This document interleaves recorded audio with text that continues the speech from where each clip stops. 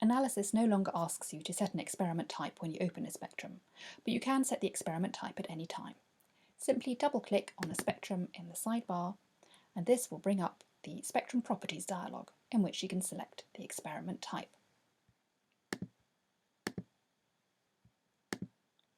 If you want to set the experiment type for lots of experiments at the same time, you can simply type ET, which will bring up a dialog box in which you can specify the experiment types of all your spectra. Normally, selecting the correct experiment type from the drop-down menu should be relatively easy. However, if you like, you can also click on the gearbox icon next to the drop-down menu, and then you have the option of specifying various filters.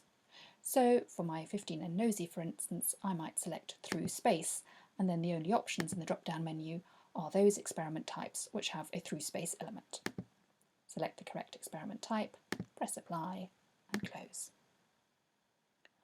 Often it is not necessary to set your experiment types, but it may be required for some data analysis or assignment routines.